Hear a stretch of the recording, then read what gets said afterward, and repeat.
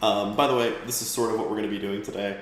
I don't know if you guys have noticed, but day one, we make something that looks ugly. This is ugly day. And then day two, we make something that looks pretty, which will be next time. This is just like skills day. So let's take a look at the Shader Forge folder. And if you double click on the example scenes, you can actually see a bunch of examples of the things that, some of the more weird things that Shader Forge can do. So check this out. Let's take a look at vertex animation. So this is actually Shader Forge going in and procedurally taking that vertex data and scaling it up as it progresses through that chain of vertices. So the answer is yes, you can actually utilize Shader Forge to do geometric modification, bulges and things of that sort.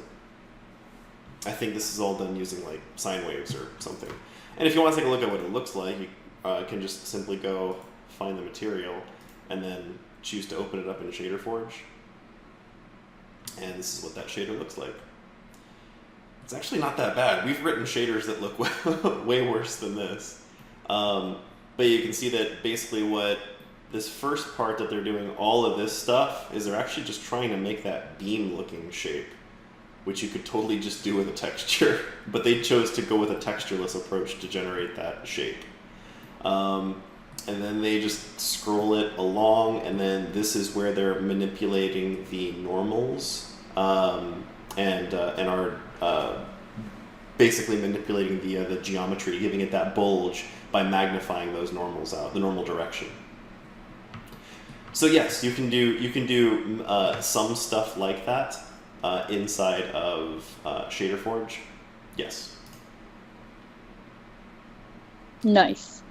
Yeah, super dope. There's also other kinds of cool stuff like this like refraction shader. This basically has everything that you would ever want to do like typical active camouflage cloaking type stuff. Even though in this example they just use it for this like jacked up glass, it's actually the exact same thing that you would do for like cloaking and whatever. But yeah, and here's another cool example of parallax mapping. It's actually a kind of a shitty example of parallax mapping, actually. This is like a super old technique. But still better than nothing. All right, let me return control back to you guys. All right, who hasn't gone? John, you haven't gone. And Christina, you haven't gone?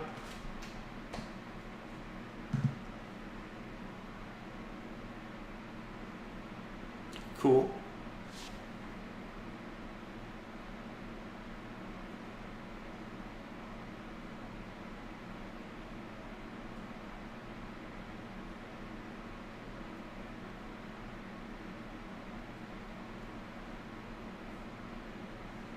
Oh, look at these things.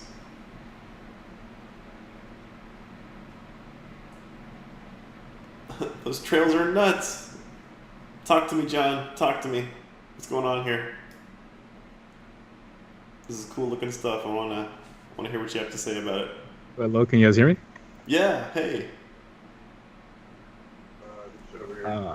I have no clue. What do you mean? These are pretty. Talk about fire first. Let's talk about fire.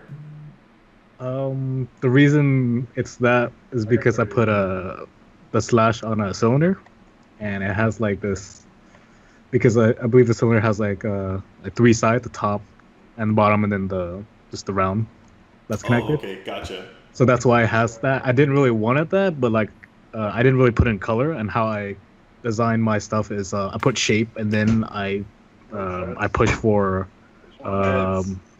whatever it is. Gotcha.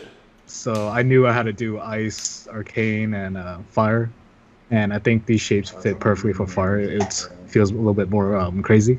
Yeah, no, like absolutely. I mean, I think that like what's really cool is that all three of these pieces are in the same style, right? And so I think that you really pushed what the ribbons can do, so much to the point where they're a huge part of the style of this whole thing, right? It's almost like in a world that is made out of birthday party scraps. This is what projectiles would sort of look at. I think it's beautiful. Tell me more about the trail that you're using on that the fire piece. Like it looks like there's like I'm seeing some kind of distortion as it heads up towards the end there. Is that one long cylinder? Yeah. It is one long cylinder. Wow, so you really pushed you pushed what we did in the last lesson to like the nth degree, man. All right, so we have like, well, look at this dissection. Please tell me there's meds in there. Make sure you've got enough Control Z to survive this. That's right. I just delete it after. That's right. I just delete it afterward. Yeah, I don't really know what I'm doing here. Really cool. So, like, your process of like building this, like, what came first? Was it just trying to establish shapes with those cylinders, and then kind of adding more pieces to fill in the gaps, or what was your order of doing things? What was kind of your thought process? My thought process was I was limited by what I knew what to do, and what I remember was only the spin. Mm-hmm. So I had to just work with shapes and colors, and that was it. Gotcha. Let's talk about the ice arrow, which I personally think is your most successful piece in this lot. Bars. Let's see. So even though you don't have a mesh that looks like an arrow anywhere here, it's kind of like it reminds me of, I don't know, I like those sculptures where when you spin them really fast, they they start to look like things. And so I can almost kind of like see an arrowhead if I try real hard. And I also think that you've done something pretty successful here with the varying speeds. So it's got, I love that there's that really the slowest moving helix, and that kind of makes it, I don't know, feel a little bit more cold, a little bit more frosty. Like it's not so erratic, but but that's completely contradictory to everything that's kind of happening in that central shaft, which kind of also makes it feel like it's a projectile that's moving at like some crazy speed. Oh yeah, I was actually thinking of I don't know if you've seen those wind sculptures. Maybe I have, but I don't know them by that name. Yeah, I don't know what they're called either, but pretty much they have like this flow of like super fast to like super slow speed. That was a small tree too. No, super cool. I like what you've done here, and I'm super pleased with it. I think that it's so it's kind of it almost feels like a style all of its own, and I think it's really great that you worked with the constraint of I'm gonna make these ribbons look like the things I want them to. So it's almost like kit bashing, but for VFX. I think it's great. Yeah, that was the idea. Awesome. Thanks so much for sharing. Thank you. All right, and then there was one. Christina, you ready? Oh fuck! Do it. Sweet. I was like, wait a minute. So, wait, we still have, my classmates didn't do one or two. I'm fine. Nah, missing Holy, but that's all right. So we still have Kim and Christina, yeah? Christina, I can't hear your mic.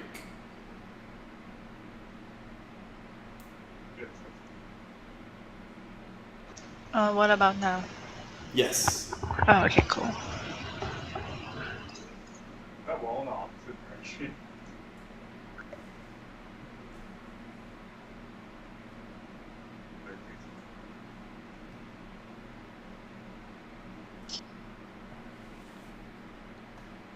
Oh, Yo, Ashley, you there? It's gonna be a parade. Yo, Eric, you there? Sorry, I put them in a line now. I realized I could have just put them all on top of each other. This is cool. Northwest, someone's running left. John, can you kill your mic?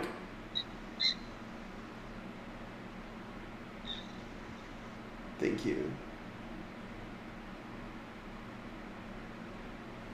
Pretty. Wow, yeah, these are gorgeous. There's like some sort of a that like some sort of like a central distortion happening there, right? Are you using a trail renderer for that? I don't know why. I've been trying to fix that. Are you talking about the trail, like the very last trail? The very central one. Like Yeah, it's the one that looks the noisiest. Like yeah, that's the one I've been trying to fix because for some reason it's. I don't know if it's worth fixing. I mean, I think it kind of looks cool. Can you here, show me the other ones? I want to kind of see what that looks like elsewhere. Okay, so it's not here. Unless I have that one turned off. Hold on. Yeah. Christina, these are great. Oh, oops, wrong one. Very nice. All right, walk me through the process. What's going on here? Layers upon layers of things, I guess. Well, walk us through the layers. I think that's the thing we all want to hear you say, right? Is like it's like we want you to pretend like that you're at like some sort of professional conference and people are in love with your effects and they want you to you know give them a breakdown of how you constructed them step by step. So pull it apart. The flame one's the only one I didn't actually use like a card on. It's the only one that I started off with just using a particle with the smoke you provided us. Mm-hmm. And just kind of added more smaller smoke for the little particles and then a trail thing. And then that's the one where it's just mostly just smoke on top of each other. Gotcha. So this is like what four pieces put together?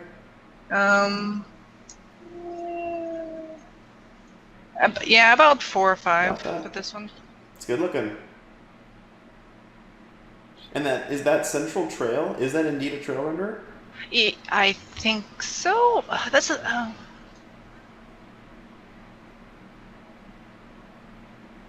Sorry, I was trying to keep them all in one area, but the last half I kind of like. They slowly got out of track of who's which. That parent and child are going to be your friend. All right, yeah. I realize this. Trail. Yeah, it is a trail. Very cool. All right, yeah. So okay, very cool. Yeah. Awesome. All right, which one's your favorite?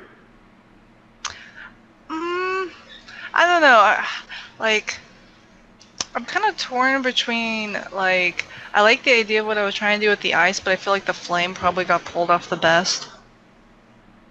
Gotcha. Can we go back to the beginning to see ice again? Yeah. Like I feel like it probably does need a bit more to like make it more unified, but I really like how some I can't remember who was at the beginning where they had like that elongated like little icy sheets that they were cylinder whatever they were doing. Mm-hmm. Like I kind of wish that would be super useful for this, where it's like circling of those long draggy bits, I guess. Gotcha. That would be cool with it. Yeah. Whenever I look, like this piece is great.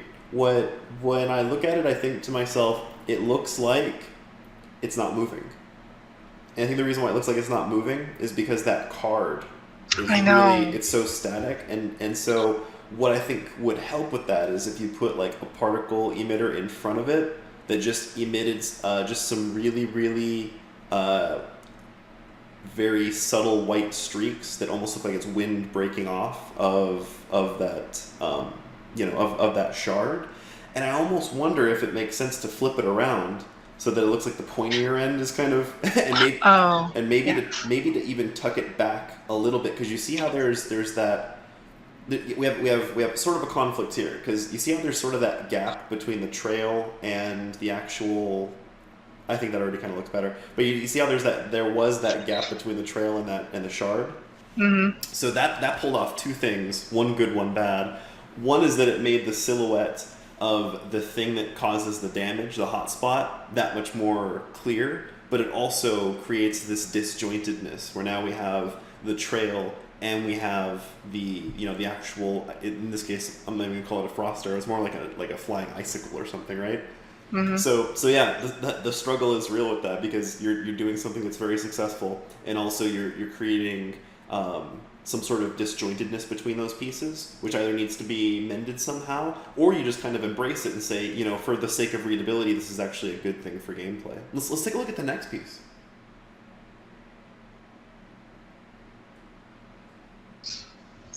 After seeing what they were doing with rotating the actual hammer, I'm realizing that would actually be really cool. Like where it's actually the hammer front is actually rotating itself. Probably. I think. Like, do me a favor. Take the hammer and kind of tuck it back a little bit, so that the trail is more like in it.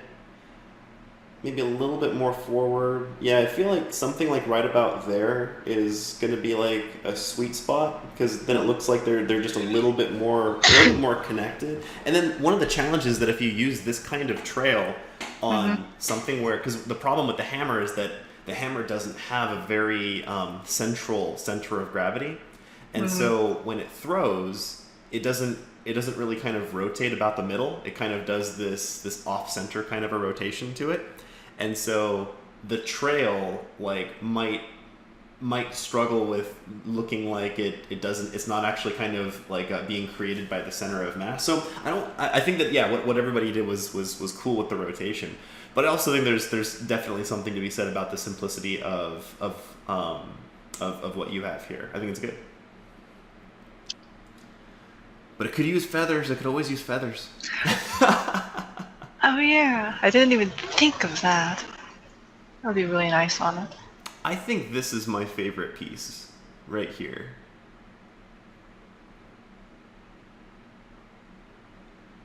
Arrow. Yeah. It's simple, but I think that what you've done with color here, with I mean, it's not a magic missile. I'll give you. Oh darn! I was one because I just like the idea of an arrow, but that's cool. That's will cool. admit. Go with it, right? That's totally cool. I mean, like, like literally Eugene turned it into a modern missile, which is totally cool, right? Like, the class is no fun if you can't sort of apply your own your own thought process. But no, I think that this is it's really clean, reads really well. Very, very eye-catching, but not overly so. Really great work. Awesome. Cool.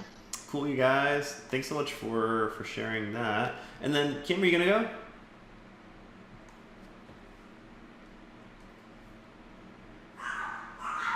Do it. Oh, never mind. Sounds like my dogs don't like that idea. Go ahead.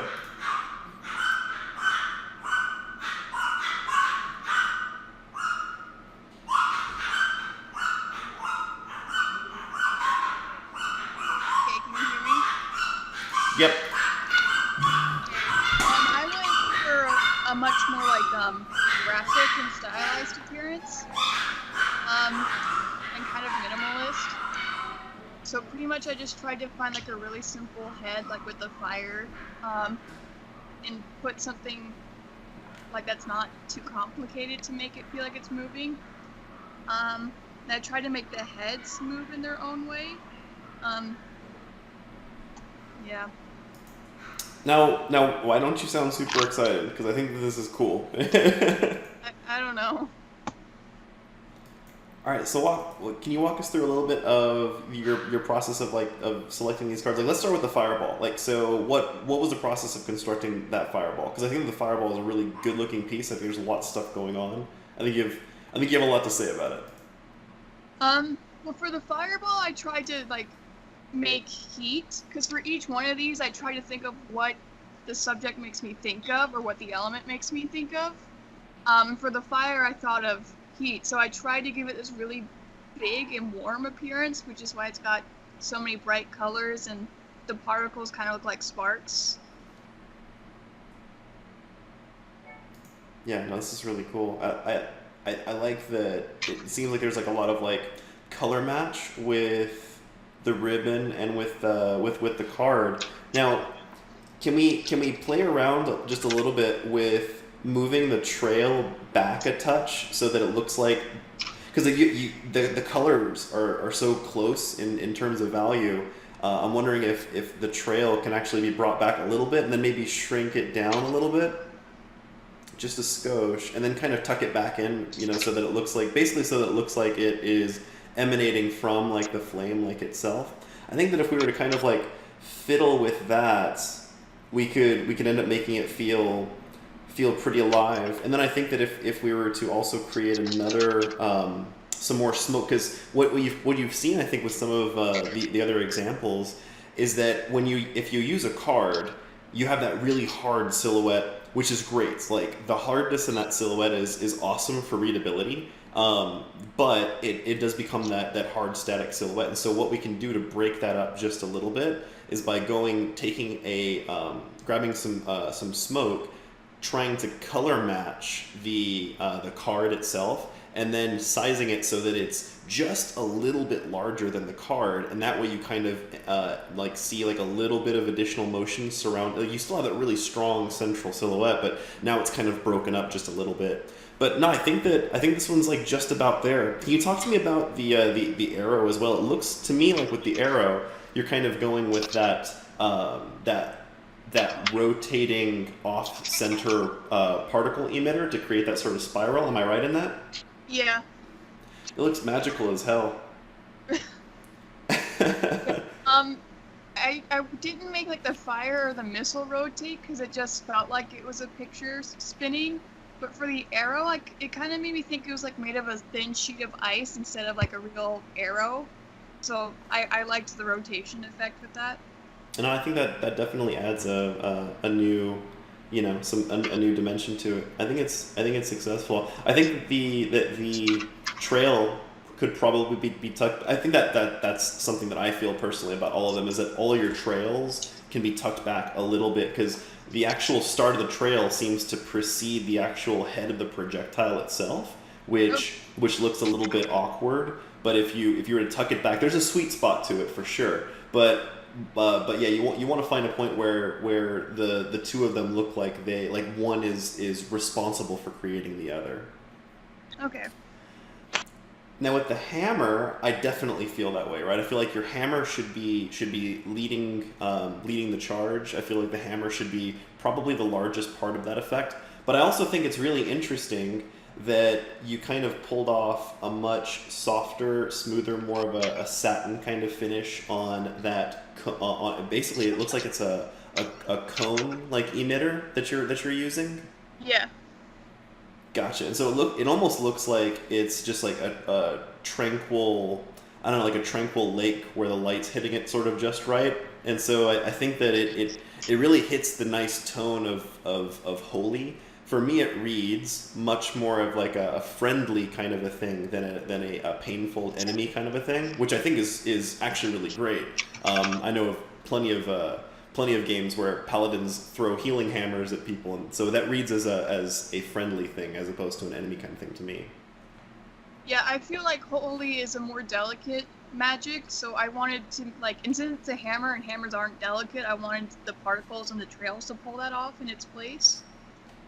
Yeah, and then you also did the same thing with the ribbons, because the ribbons, like with this, because of the way that you've sort of timed them, it's almost kind of like just white, silky, angelic cloth, which I think reads really tranquil. It actually almost makes the speed of the rotation of the hammer kind of off-putting almost, right? Where it's like you have the hammer that's kind of almost spinning too fast for how calm everything behind it is. Yeah. But I think it's great. And then Arcane. Yeah, I get Arcane. I think it makes sense. Okay. You're like, please don't make me talk anymore. Yeah. Did you guys have fun with this one? I'm really impressed with what you guys have come up with. I mean, with the Vortex thing, pretty much we had such a minimal skill set at that point that it was kind of like, yeah, everybody, you kind of did it, and it was just a participation points kind of a thing. But with this, there's a lot of originality, and I'm super impressed. Mercedes, like, don't be sad. Like, I mean, if anything, it's better. You did it just for the sake of doing, which, I mean, that's about as wholesome as milk. Like, that's awesome. Cool. Well, thanks so much, you guys, for sharing, and hopefully I was able to give some decent enough feedback. Today, we are going to have what is going to be our biggest assignment yet. I think you guys are all going to love it. You're going to do great with it. And so I will be doing a real quick session with you guys and then showing you what I want out of that. So let me go ahead and screen share once again. I've already shown you what we're doing today, a little bit. Doo-doo-doo.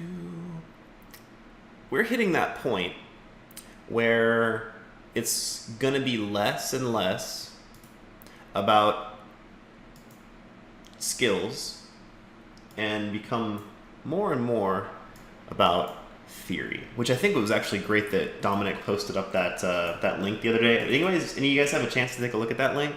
The League of Legends visual effects style guide? Yeah, that's a gold mine, you guys. Go check that out.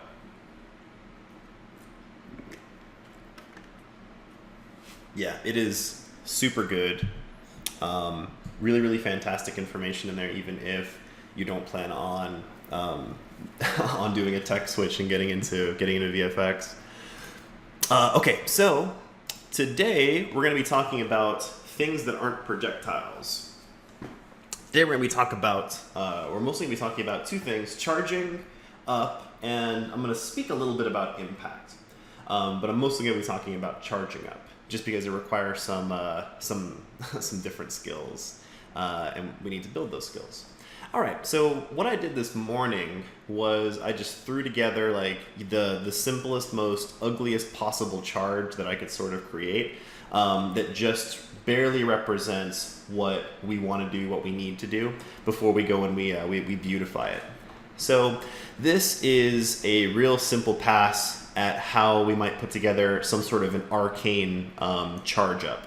So when I'm talking about charging, there's when we're talking about charging, we're talking about something that is supposed to telegraph something to the player.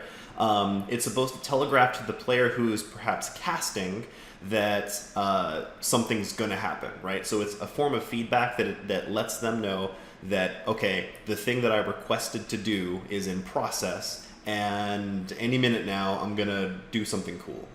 It is also a way of showing to other players, if this is PvP, if this is PvE, it's another form of feedback that says, awesome, my friend is about to use a really cool ability, or awesome, my friend is trying to heal me, or oh shit, I need to cancel or interrupt that ability that's being cast before I get wrecked. It completely depends on the context, but it is one of the forms of feedback that we have.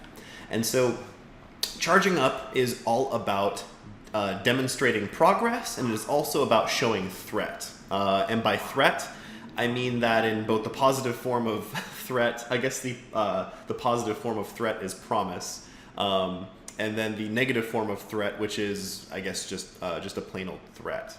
And so we want to make sure that we're informing people that something is happening. Now, there's all sorts of different ways to do this, all sorts of different schools of magic to consider, all sorts of different source possibilities, and we need to be smart about how we go about telegraphing a charge up. So, this is the thing that we're going to be building. I'm going to break down all of the different pieces that it consists of, although by now I'm pretty sure you guys can probably guess. So the first thing we're going to take a look at is inward flowing particles. Getting your particles flowing from outward to inward.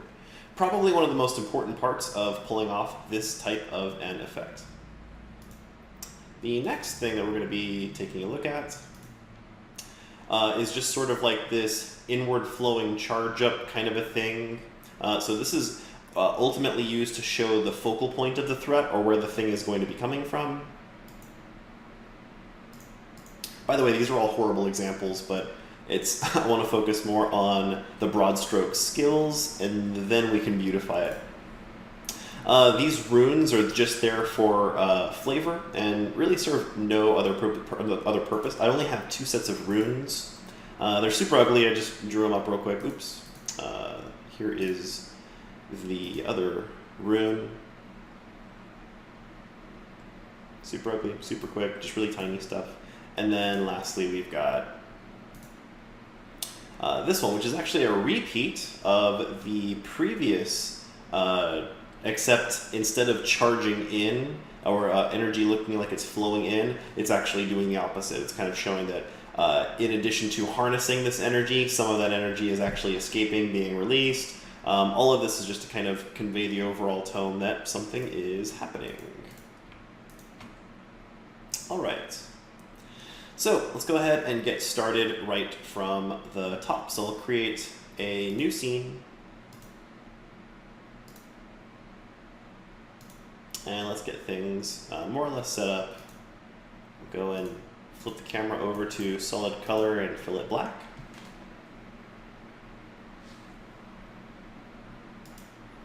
And then we'll create a particle system.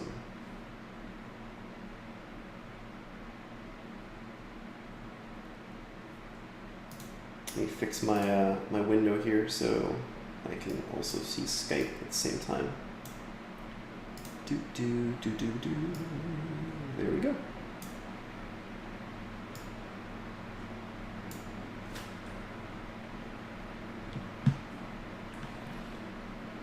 Okay, so let me go ahead and take this and move it to 0, 0, 0. 0, 0, 0 is a really good number for us. Just because you know, always having that central point is important. And with this particle system, I'm gonna start with getting all those particles flowing inward. And the first thing I want to do to achieve that is in shape. So I don't want to emit in a cone. I want to emit in a sphere.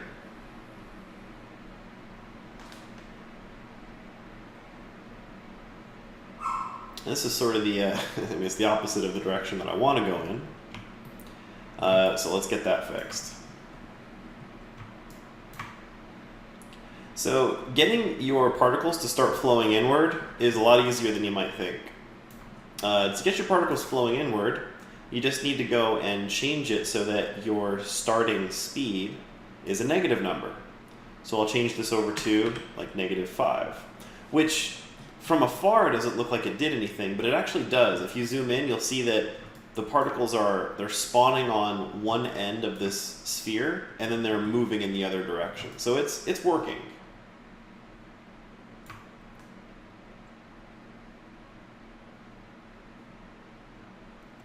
We just need to adjust a bunch of other stuff to actually make it look like it's working. So for now, let's go ahead and fiddle with the radius. And as you fiddle with the radius, you'll start to really get a feel for exactly how this is working and how it's not. The main problem with this is that the particles are living too long. So if we simply go in and adjust the starting lifetime to maybe down to something like 1 second, this is where you're going to have to apply some of your, just some of your savvy. Because what you want to have happen is, right as these particles are about to hit that center, that's when you want them to fade out. You don't want them to go further. A couple of things we can do to help reach that end. First and foremost is we want to adjust the radius thickness to 0. And what the radius thickness of 0 means is that these particles are going to be spawned from the very end or the very surface of this sphere shape. And we definitely want that.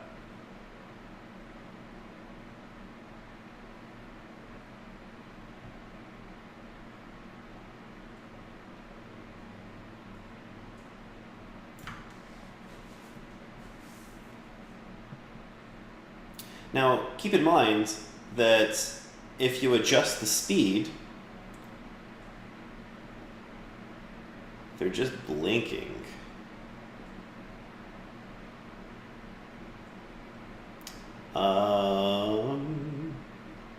I mean, did you make sure that the starting lifetime is a positive number? Because I'm wondering if you set that too low, or if you made that a negative number, that they'll just do this.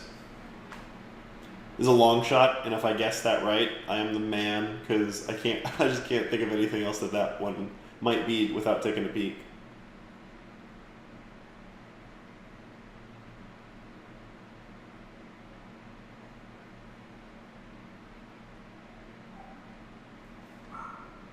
Christina, you got it. Tell me if I got it. Oh, awesome. Dang. We did it. Move this away from the camera just a little bit here. All right. So don't worry about getting this perfect, because we're going to do more stuff. and you have probably a good idea of the stuff we're going to do. As per typical, we usually adjust the color over lifetime so that we get a much more calm fade in. And in this case, it's not absolutely necessary that you kind of remove them from existence at the very end. But I definitely do want them to kind of look like they're flowing in from, I don't know, the ether or somewhere. So look at all those dope looking energy particles making their way towards the center.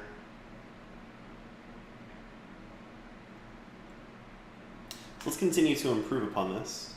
Let's go to the renderer. And we usually don't need to modify anything in the renderer except for the material that we're using. But we actually want to take advantage of something that Ashley had actually brought up, and that I think she had mentioned that John had experimented with, and possibly Eric, and that is with modifying the render mode. So a billboard, which is the default mode, is this thing where, let me go ahead and hit, that was done. Let me go ahead and hit pause on the simulation. And then if I were to go and switch this over to a wireframe mode, like, so, shaded wireframe. So you can see how all of these particles, they're these cards. And they're always facing the camera. That's because of their render mode. Now, what I can do is I can switch, most of these are useless for typical usage.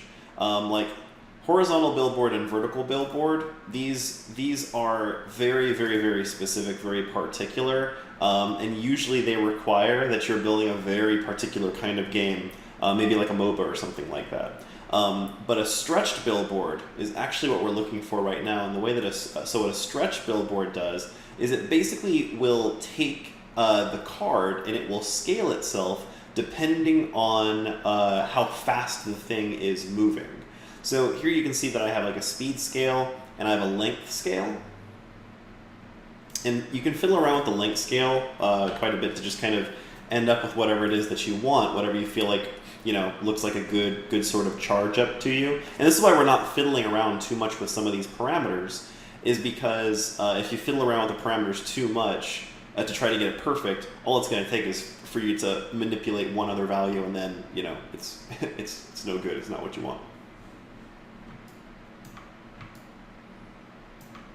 So I won't know if that length scale is actually a good one, not for a little while here, not until I do a little bit more experimentation.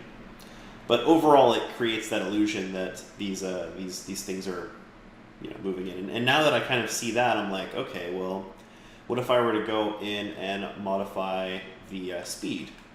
So let's go ahead and change the speed over lifetime. So let me just find it.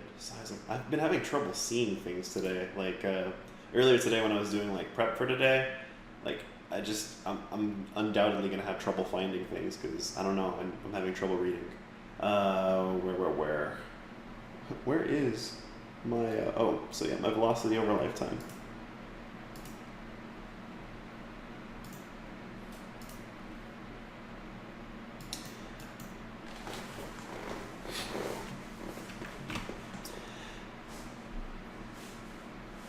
I'm wondering if I want to modify the velocity over lifetime or probably the velocity over lifetime. And so we'll just fiddle with some of these values to get an idea for what's what. Let me add some numbers around and just kind of get a feel for if this is actually what we want to do. So that's going to send it there. That's going to send it there. Yeah, actually I don't think we want to manipulate velocity over lifetime. I think actually what we want to do is to just go ahead and continue to further manipulate the start speed.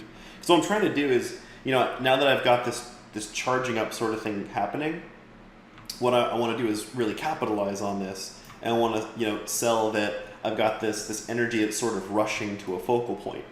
And, you know, maybe you want to keep this nice and slow because you want it to look like it's just tranquil and doesn't need to happen with any sense of urgency. But I just want to kind of explore, you know, what it might look like if I were to just go and speed this sort of thing up. So let me change this to maybe something like -10. -100 is super fast, apparently. minus 15, minus 20. And maybe that's good. I don't know. I'll have to adjust some of these parameters a bit further to actually tell.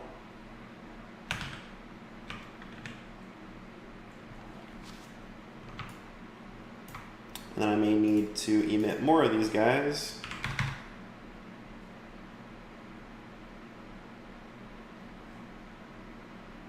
And I feel like I'm zoomed in pretty close, and maybe move that a little bit further. And I think that that's kind of, you know, maybe looking good.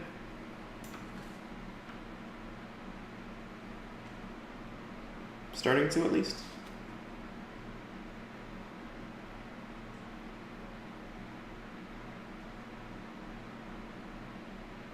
Now you can see that if you go and you modify on your renderer that that scale length, that scale length will really start to make a big difference, just because now these particles are moving faster and faster. So you can really pull off some sort of like a cool charge up sort of a look.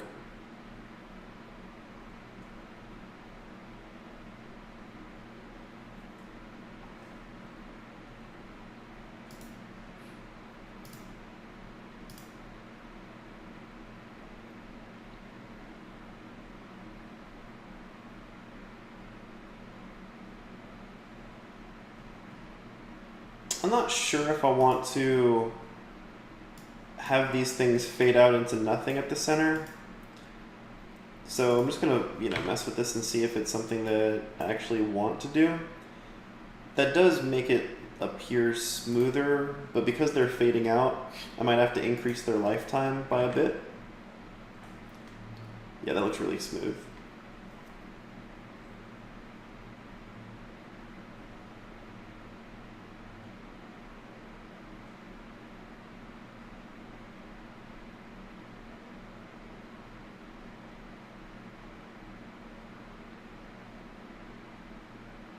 Okay.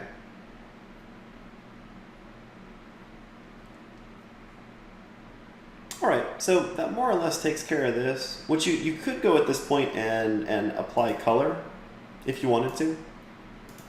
I don't always do that. Applying color is something that I actually typically do towards the very end, mostly because I want to let shape and value sort of describe how successful and I'm being at any given moment.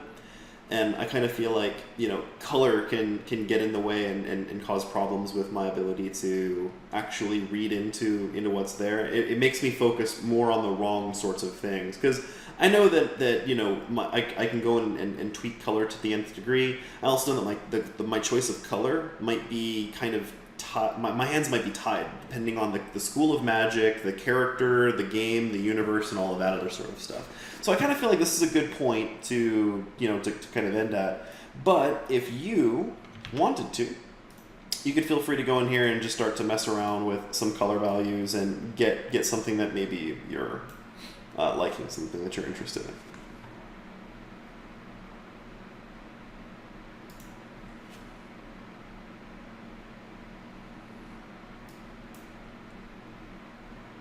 All right.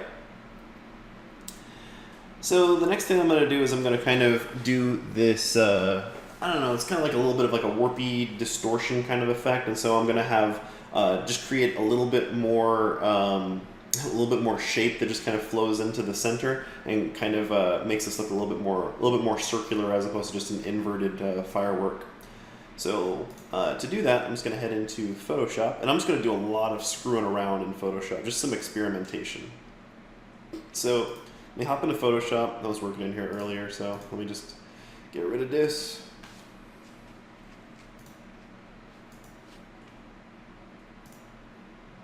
So we'll just go ahead and fill black.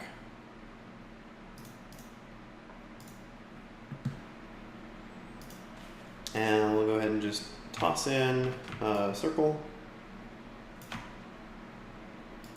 And we'll just fill it white.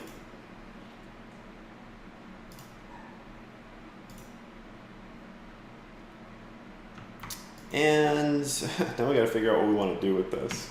So, a couple of schools of thought here. is that what we could do is we could try to go with sort of like a shockwave sort of an approach. So what we could start with is just a basic ring shape like this. And this is, you know, I guess maybe it's kind of a good idea to go over this sort of like a workflow just because, you know, it might help you guys. So overall what I'm going for is something that is kind of going to look like a shockwave-ish, even though it's just going to start off looking like this ring. And when I have no idea what the hell I'm doing, I just kind of have a general idea of what I want to achieve, I find myself doing this a lot. So I go, and I'll just create some sort of a basic shape, and I really like to work in basic shapes. Let me go ahead and grab this particle system and I'll duplicate it. Create a new material. Where'd you go, material? Shockwave part. Particles and additive. Draggy, droppy. Go to this new particle system, change that renderer around, and drop our new shockwave material in. And see, already that's pretty interesting looking. But it's actually not what I'm going for. So I want this to be billboarded.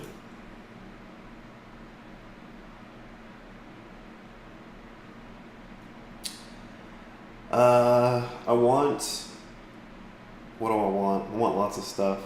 So let me get this starting speed to just chill the hell out.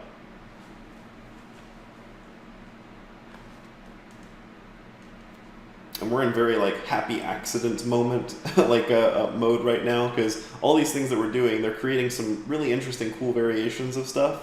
And that's cool, right? Sometimes this can be exactly the thing that you need to just sort of inspire you. But I've got something a little bit more particular in mind than just this. Shape-wise, I don't actually need a shape. At least I don't think I do. I might later. Size-wise, I know I want this thing to actually be substantially larger. Emission-wise, I definitely don't need 100 of these things. Sometimes I actually just like to start with one. And the reason why I like to start with one is that I can actually see what the hell I'm doing. When I set this to like 15, I just have a lot of stuff being drawn to the screen. So just switching it over to one sometimes just helps me sketch. And I'm going to go ahead and modify the size over lifetime. And I'm going to do this. I'm going to attempt to do it based on a couple of different curves. So let me try this sort of a curve. Unity has a lot of built-in curves.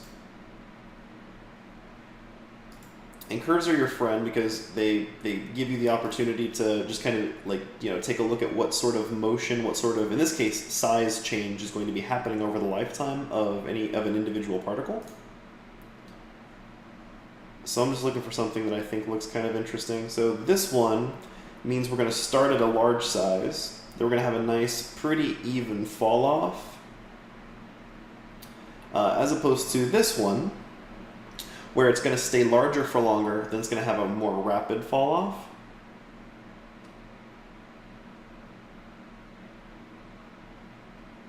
And I think this is a good starting point.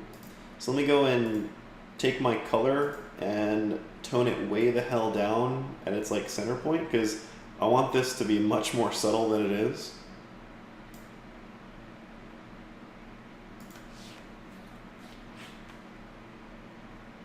And let me go ahead and change the rate over time to 2, 3, 4, 5.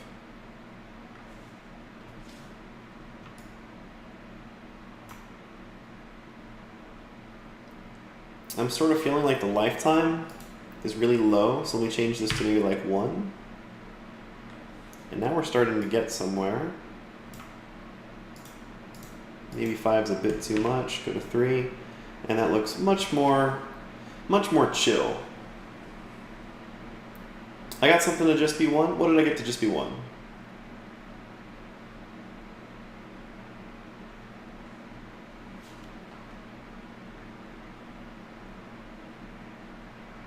oh, the create, like how many shockwaves I create, it's just right here inside of emission.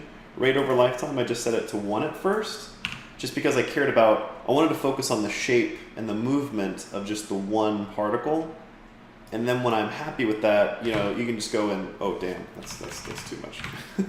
But you can go and crank this up and see if you're modifying, sometimes it makes a lot of sense to modify your particle systems when there's several particles hanging around. But sometimes that actually gets really noisy and it makes it really challenging for you to see what's going on.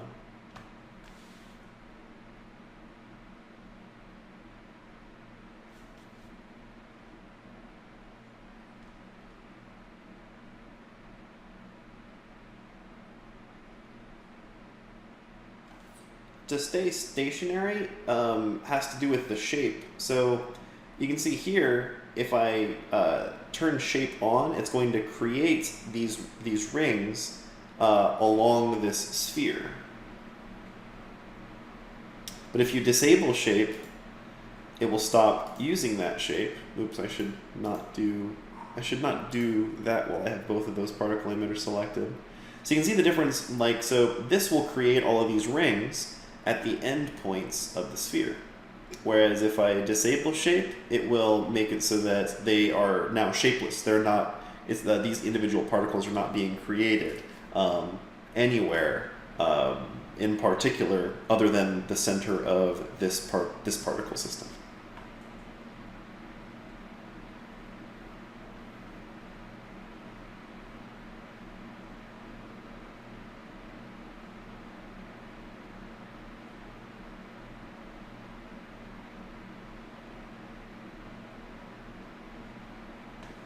Do you have things like velocity over lifetime set up? Or do you have, your starting speed? I bet you that's it. Your starting speed probably isn't 0.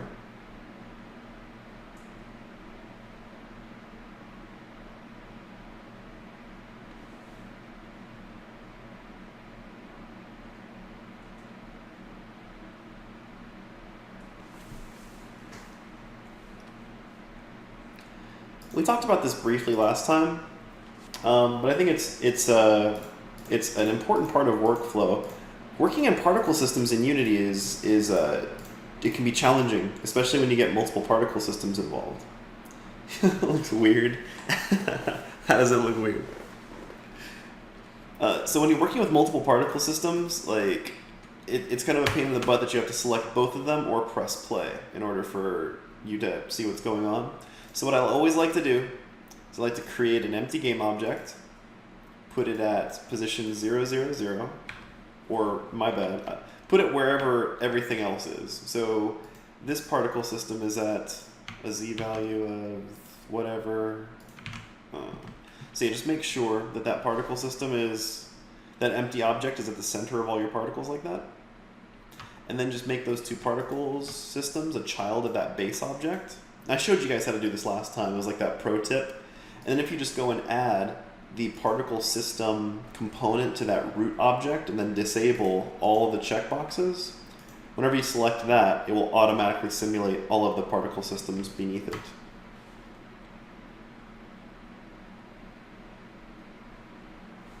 So if it stays a circle, let's troubleshoot this, right? You have you can totally troubleshoot this. So if it stays as a circle, and it doesn't disappear, I have a couple of guesses. One is, are you changing the size over lifetime based on a curve where things go from big to small?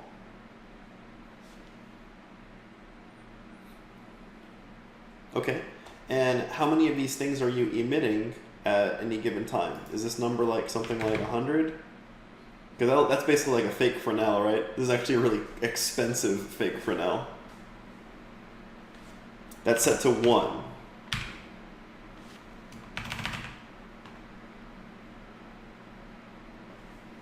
Okay, well, I'll screen share and I'll see what's up.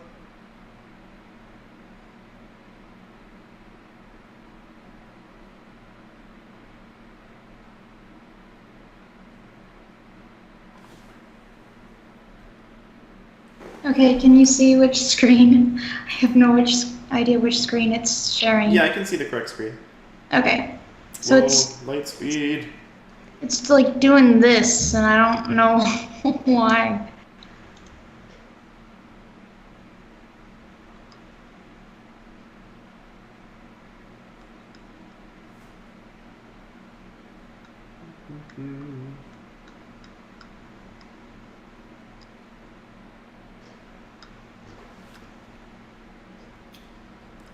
Collect ammunition.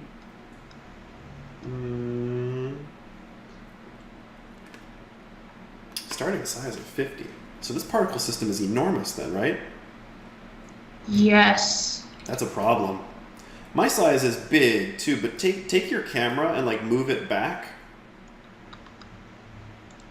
Yeah, because the problem is that particles their size gets clamped to a certain point. Like, so yeah, you see how like in your scene it's like good, but like in your game it's like weird. Yeah, because like individual particles they'll clamp themselves. Like, so to put this into perspective, and I didn't do a good job with scaling on mine either. But to put this into perspective, your particles are the size of, they're 100 feet tall, or wide, or large. So they're big. And so we can fix. So yeah, now you can see that they're actually getting smaller. And so yeah, just go ahead and take your. If you just take and adjust your particle system so that they're scaled a little bit tighter, the camera won't have so much trouble drawing them. So, okay, which one? Which one what? Should I scale down? Well, now do you see how your circles are actually being created and then shrinking? Mm-hmm. So those are good. Now you want to change your inverted firework thing. Okay. You can actually, okay, so wait, did you make that your root? Don't do that. Okay. So let me take control real quick. Man, is it hot where you guys are at? It is like so hot where I'm at. Yes.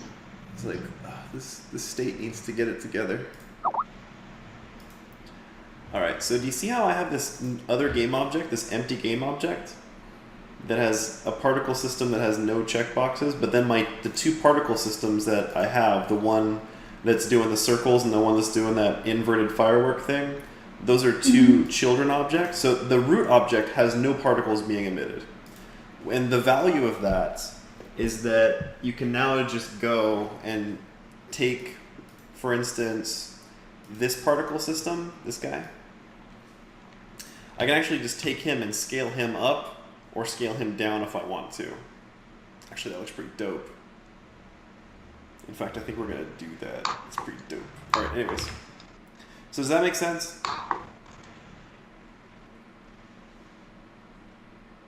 Talk to me, Evelyn.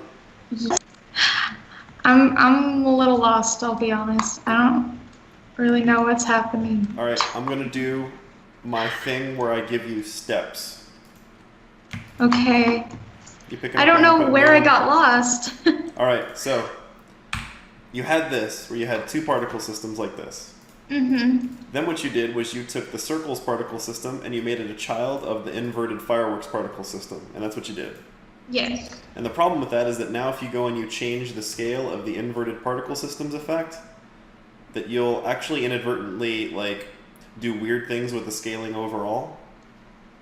Mm-hmm. Which I guess could work as a quick fix if you wanted it to, but what I want you to do is go and take the circles particle system and make it not a child, so just kind of pull it and then move it above or whatever so that it's no longer a child of that other particle system. Create an empty game object. Okay. Make both of those particle systems a child of that new empty object. Yep.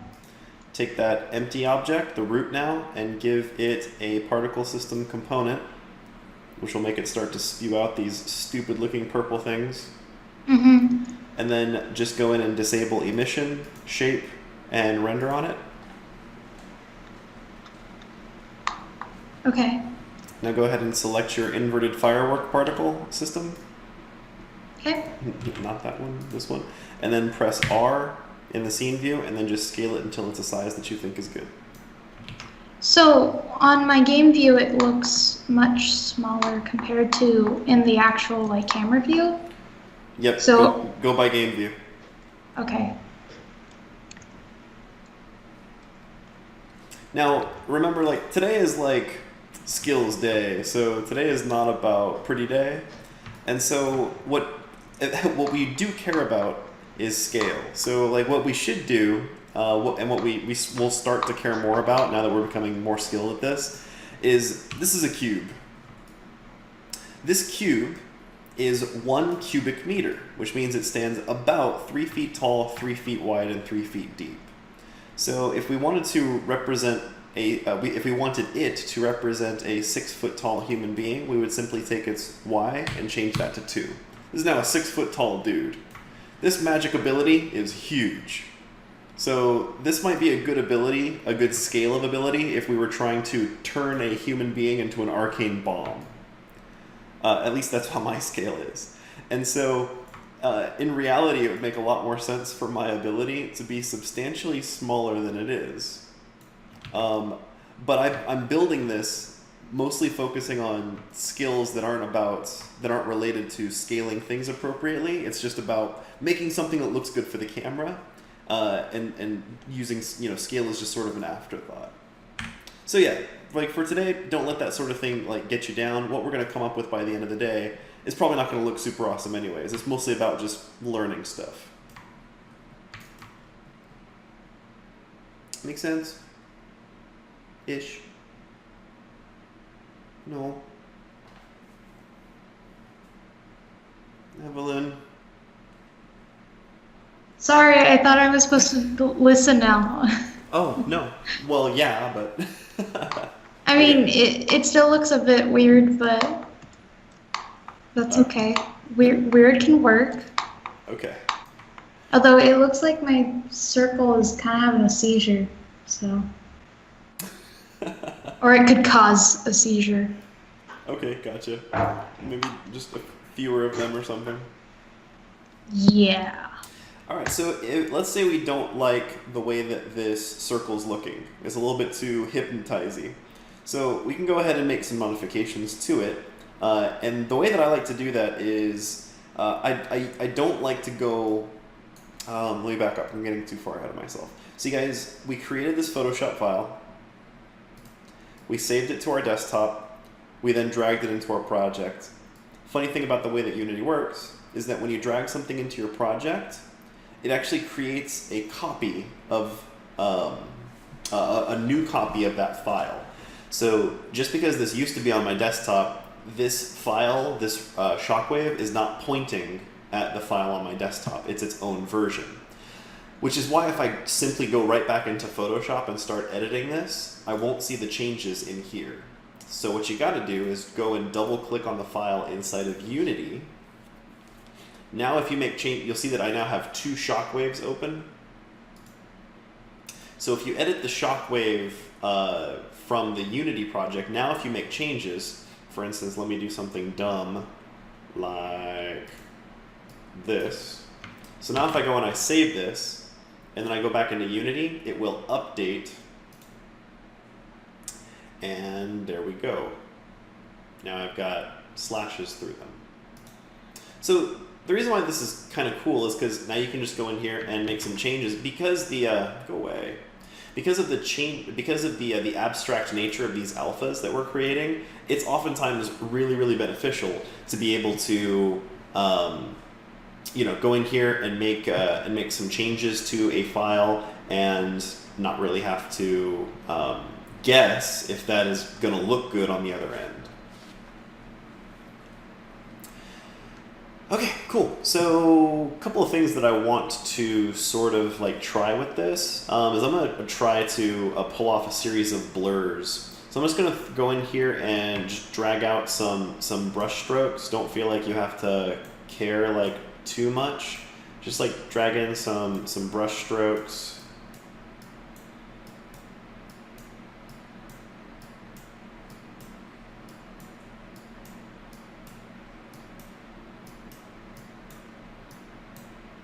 Whatever. Oftentimes, the more imperfect you are with it, the better for the result potentially. And then we're just going to try a series of blurs on this. And we'll just sort of see how it comes out. So we'll just go and do a filter, blur, and then we'll just do sort of like a Gaussian blur. And then just sort of mess with that. And so I'm going to try to go for something that's pretty blurry.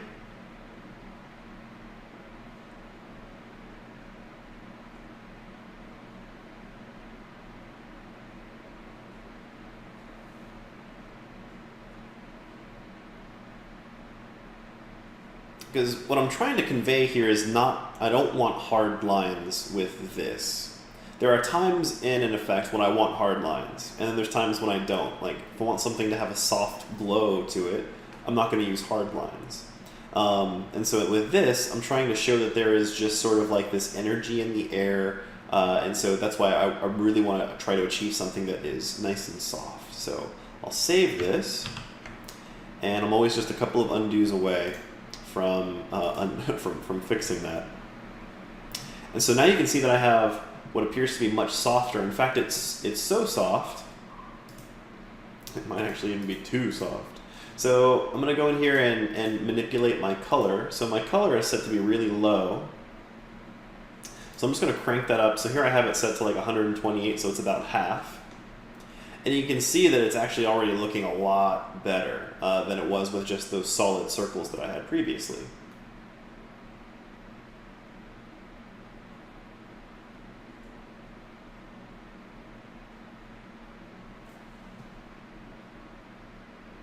So not too shabby.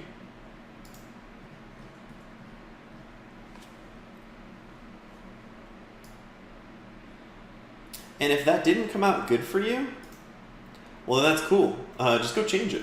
Just go make some slight edits to it, right? If it didn't come out great, well then just hop right back into Photoshop, hit undo a couple times, and go in and make some modifications to it. But what I would recommend that you do is don't stress too much about how your alpha looks, because most of them look like crap. Like, they don't look great. We rely on layers in our VFX to really pull things off, and oftentimes the more effort you put into your alphas, the less good your result is going to be, because the more detail that you put in, that's going to make it noisy. And by the nature of most visual effects, since they are the culmination of a lot of different techniques coming together, the sheer number of techniques being used is already going to be a great source of noise. So there's very little need for you to apply any of your own.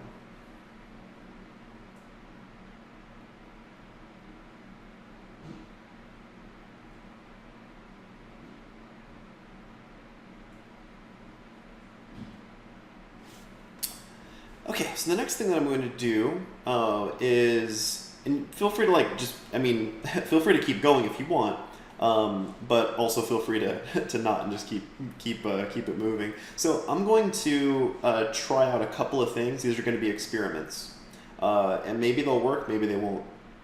So I'm going to change the starting rotation. You can see the starting rotation is set to be 0. It's almost worthless the way that they have this set up, because this basically means that every single one of these particles is going to have 0 rotation to it. And if you change this number, that means that every single particle is going to have the same rotation to it, which is really only good if you're working with a texture that's not rotated correctly, and then maybe you'd want to have a fixed rotation for all of them, but it's kind of weird. So what I'm going to do is I'm going to change this so that it is essentially, I might as well just put like the random between two constants, 0 and 360. Now, you may not really be able to tell the difference, but each one of the particles that's being emitted is actually starting with a random rotation. And so that looks good. Here's where things might not look so great, is if I do a rotation over lifetime. Let me try to do a random between two constants, and I'll do negative 45 and positive 45, which means that each one of these guys, actually, what the heck am I doing? I'm actually modifying the wrong thing. I'm modifying like the non-emitter. So I need to, wow. Thanks for letting me know, you guys. Want to modify this dude. Yeah. So again, from the top with feeling, we're gonna go ahead and change, thanks Evelyn. Change the starting rotation once again over to random between two constants, and I'll make this between 0 and 360. And then we'll go and do this rotation over lifetime. And I'll change that over from just 45 to a random between two constants, negative 45. So now each one of these is actually going to be rotating in a different direction. And now I gotta kind of sit with that and see if I like it. I think I do. I think it's subtle enough to work. But basically what's going to happen is each one of these rings that gets created is going to be rotating at some random rate somewhere between negative 45 and positive 45 over its lifetime. So it's going to start with a random rotation because of this, and then it's going to rotate in some direction over its lifespan.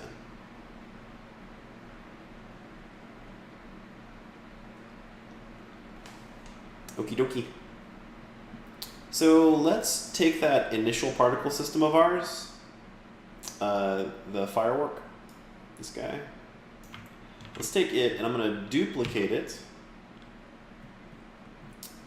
And then I want to see if I can just get away with scaling it down. Yeah, I'm just going to scale it down so it like down to like a negative scale.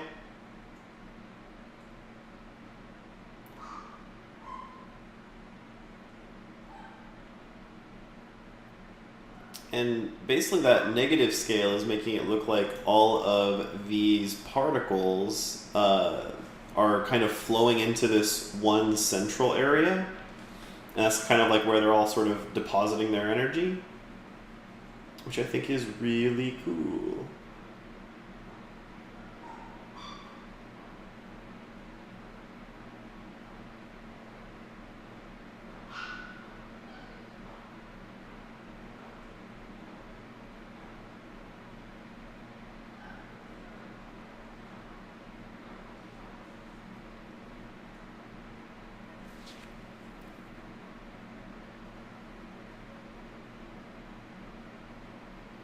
Alright, so the next thing is those runes.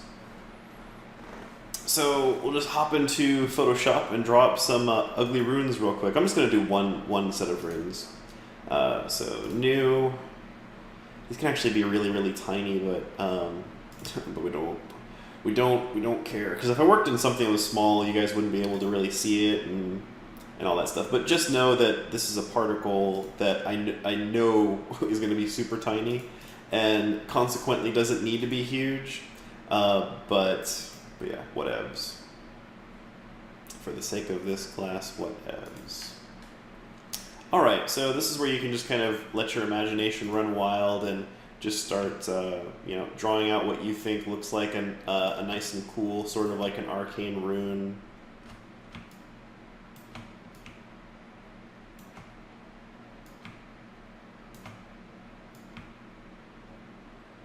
Yeah, just, feel free to get all weird with it.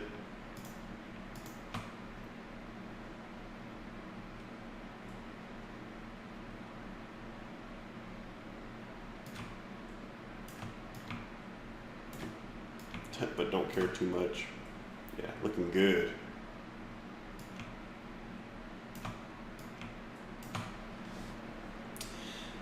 Then once you end up with something that you think looks all right, let's go ahead and save it out. Now, in an established game, you might have a collection of runes that you can rely on, or maybe you're so inclined to go grab some sort of an existing font or something. But we just scribbled one out, and now we've got it in our project.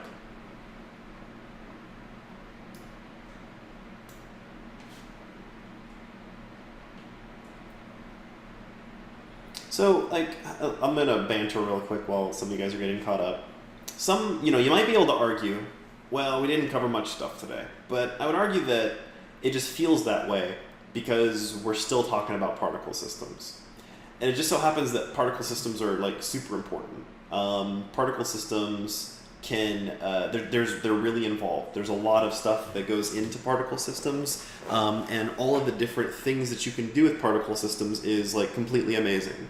Like, and if you think that you've peaked already when it comes to particle systems, like, let me show you a couple of things. Like, for instance, under shape, you can actually use a skinned mesh renderer as a shape, or a mesh renderer, or a mesh, which means that all these particle emitting shapes, you can actually make your own shapes in 3D programs, import them, and then you can use those shapes to emit your particles from, which is great. This is how you would, it helps a ton with enchanted weapons and things like that, where you want particle effects to be emitted based on your mesh geometry. And then, in addition to that, if you go down to renderer, check this out, you can actually emit from your particle system meshes. This is really good for actual volumetric blood especially volumetric blood that you want to react to real-time environment lighting and things like that. So every time that I think that I've maxed out what I can do with particle systems, I get humbled really quickly. So it's a wonder we don't actually spend more time in this class talking about particle systems, because there's just so much stuff that you can do with them. All right, so let's talk about this rune stuff. So let me create a new particle system from scratch. New particle system. Here we go. And do what you can to make sure that it is centered. And I'm going to make it a child of my existing root particle system.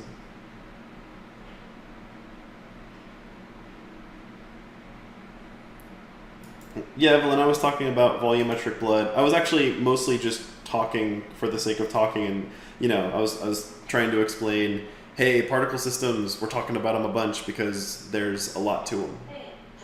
Oh God, stop it, Alexa. No, Alexa, stop. Okay, Alexa, stop. Okay, crisis averted.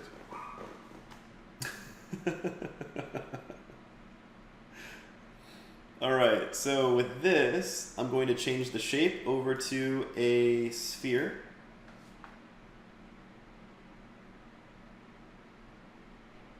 Halloween mood is a good mood to be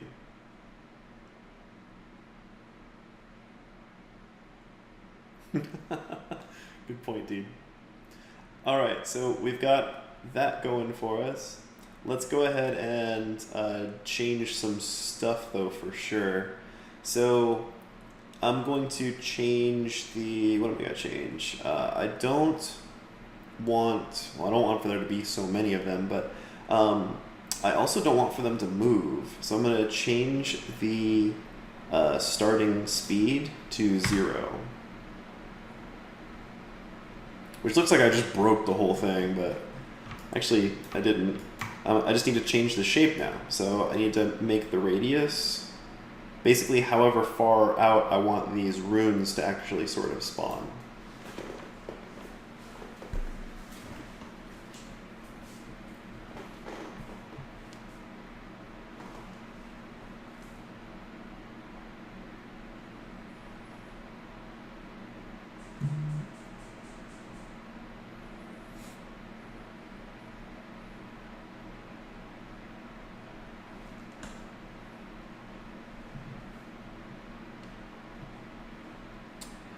And let's go ahead and do our color over lifetime shenanigans, because we always do it.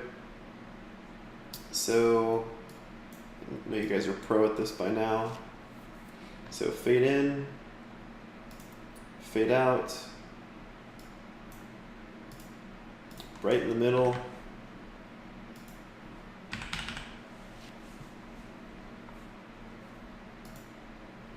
It's already kind of cool looking, almost like very like voidy, spacey looking.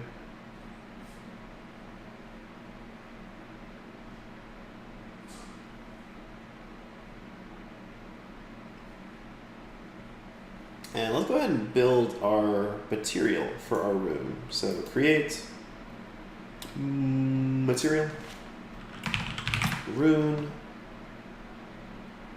Change this to a particle additive shader and drag and drop our funky rune. And we'll go ahead and set that up as our material for our renderer, like so. And now I have all these size problems to deal with, any mission problems. So let's get the size modified. So starting size, starting size, whoa, a bit much. We got work to do. Way too many of these things. So let me change this to something like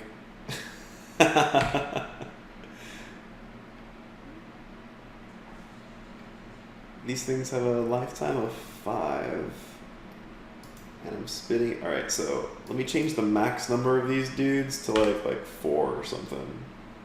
Something manageable.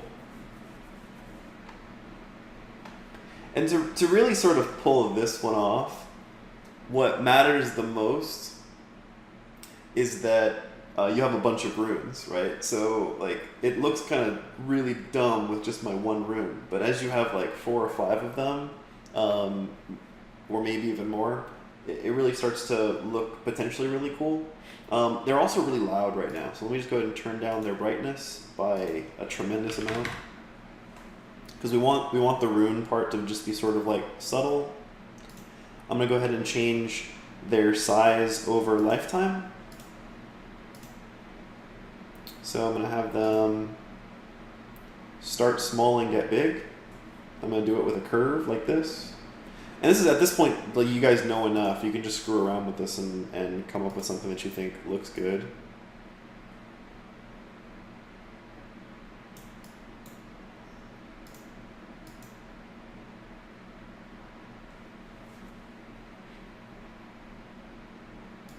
Something super subtle.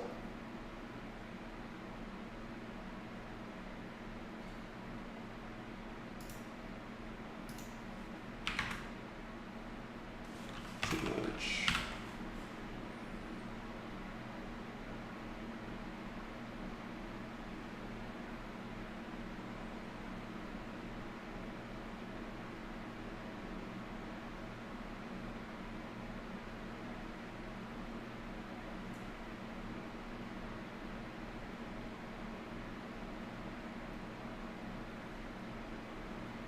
I have unlisted videos, but I haven't collected them in a playlist. And so if one of you guys would be so kind as to remind me when I have time, I will. This week's been pretty nuts. Next week should be a little bit more calm.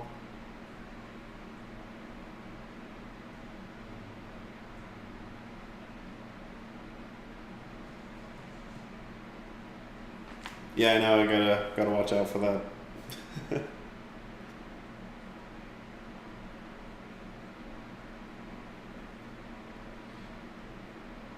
And then I've got a couple more of these dudes, because I put together a demo where I created a couple more of these runes. So let me go ahead and just kind of pop those in here, and you can kind of just see what this looks like once you start to get more of these runes involved. This dude, let's get this glyph in here. So you can see that like once you get like the 3 glyphs in here, that it starts to get become much more of a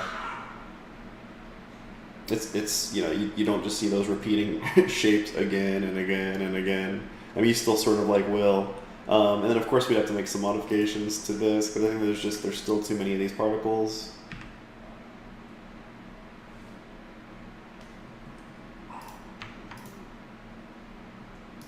And I'll just hit play. And then, of course, we can't tell how awesome it looks unless we go and add our post-processor in here. So we'll get our post-processing behavior, drag in our post-processing behavior, manipulate it so that we get some really incredible looking out of this world intensity. because it's fun to cheat.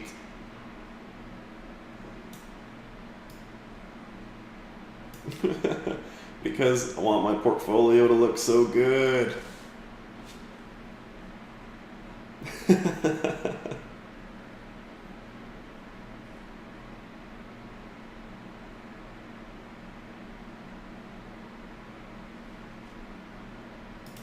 Any questions on anything that we covered today, you guys?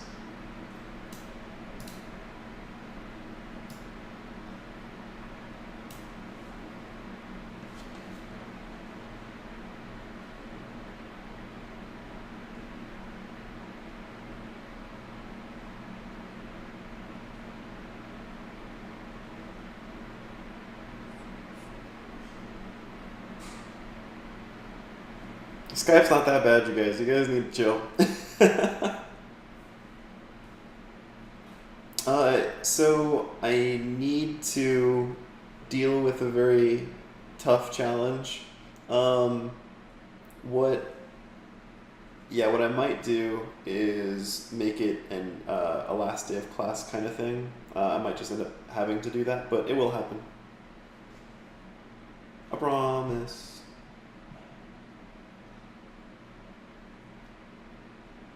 Stop it.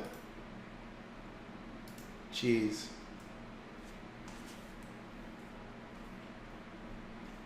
So, any questions about this charge up stuff? How did you I was catching up, so I didn't catch, like, whenever you were talking about updating Photoshop files, so it actually updates the file instead of keep having to drag and drop it in there. I'm sorry? Whenever you were trying to, like, update the files, like when your Photoshop files, without having to drag and drop it onto the Unity. What was that again? Sorry, I didn't catch that part. So the trick is that whenever you like drag and drop a file into Unity, what it does is it creates a copy of that file.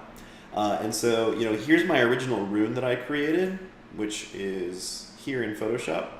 But you'll find that if you go to that rune, so here's the same rune inside of Unity. If I right click and go show in Explorer,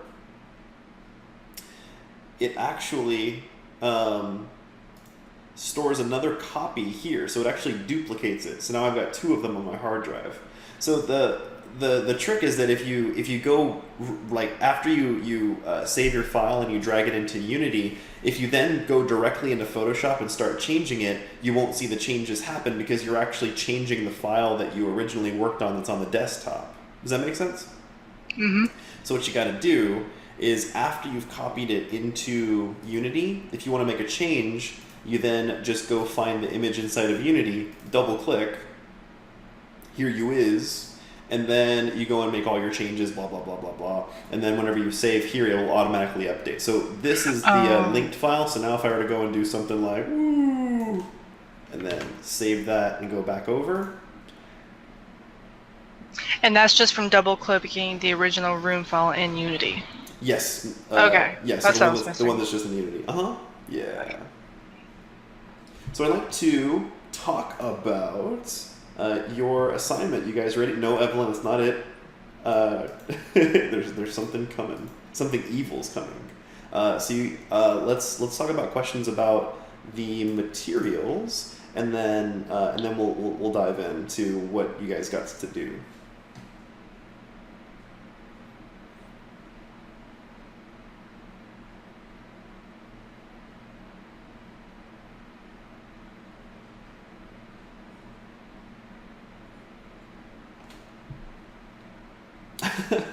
We seem to struggle with the post-process thing. So do you have the post-process stack in your project? Yep.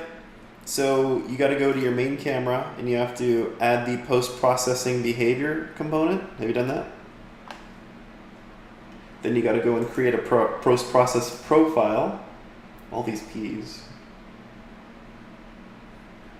And then after you've created that post-processing profile, you then edit it with just a dumb amount of bloom, like I did. and then you go in and apply it. That's so yeah, that's like the difference between a portfolio piece and something that's actually practical. because I had to crank up the intensity on this. And if you're wondering, like, do you always have to do that sort of thing if you want to get gnarly, dope-looking bloom values? Again, what it looks for is it looks for white areas, and it magnifies that white by adding on that glow. So how can you achieve this sort of an effect? Like, check this out, you guys. So here's, look at this. Here's the ability. Where's my post process? Did that get changed? Oh yeah, I have no post process right now. So main camera, add component, post process, drag this in, boom, hit play, and it's insane. Now, if I were to go and create a cube and put this cube in the scene, like, look at this cube. This is like so ridiculous. Like, this cube is so bloomed out that it does not even look like a cube. Like, let me let me just get it a little bit closer. Look at this cube. It's unreal. Somebody would get fired for this for sure. So, like, it begs the question, how, like, you know that in games you've seen dope looking effects like this. And by the way, like, I think we can all agree that we've seen doper effects in this. It's just kind of cool that we were able to, from scratch, throw this thing together in, like, I don't know, an hour, a half hour, or something like that. So this looks pretty cool. And it required minimal effort. Like, we could go pull somebody off the street, and we could totally, any one of you could show them how to pull this sort of thing off, right? There's not a whole lot that's fancy about it. So how do you have really cool effects like this sitting next to normal looking things in the world? Because, like, this is magic, but, like, what if this was just a crate? Oh, dude, it totally does. So yeah, like, what if this is just like a crate? Like, you don't want your crate, like, glowing and all that stuff. So how do you fix that? And the answer is with shaders, ultimately. Like, check this out. So let me go and grab one of these materials. Where's the circle dude? This is the circle dude, I think. Yeah. So here's circle dude. And let's say I want him to, like, glow gnarly. So one of the things I need to do is increase his alpha. So by increasing his alpha, the thing that gets me is more white. But then what I would need to do, if I wanted to take it even more over the top than this, is I would have to take this material, see this material right here? And let me crank this up even more. Because the goal of bloom is get to white. Like, if you can get to white and beyond, things will glow intense. But here's the thing, though, is that you don't want to adjust your bloom value so that it is insane, like what I did here. Where is it? Here. This is insane. Like, that's, like, just stupid. The goal is you want something that glows really cool like this, but the way that you can do that is by adjusting white values. And so you can write a shader that will take your white values and allow you to take them beyond white. What the hell's beyond white? So the thing is that we, as you as a person on your computer, you can't see beyond white. White is white. But the computer can actually see values that are beyond white, and it can actually use that value to boost the bloom. And so yeah, basically what I'm getting at is you've seen environments where you have guns and stuff like that that don't end up looking like this poor cube right here, right? They end up looking just normal. But then next to them, you'll have these crazy magical effects, and that's how you pull it off. You basically rely on your shaders to allow you to push your white values further so that you have absolute control over what glows and how much it glows. It's basically like taking so for everybody here who's familiar with like an emissive channel, you take your emissive channel, tag on a multiplier to it so that you can push all your values beyond their normal color value, and then you can essentially manually adjust how hardcore you want them to glow. Cool. I think I just answered a question that I myself asked, so let me push it back out to you guys. What questions do you have about what we covered today?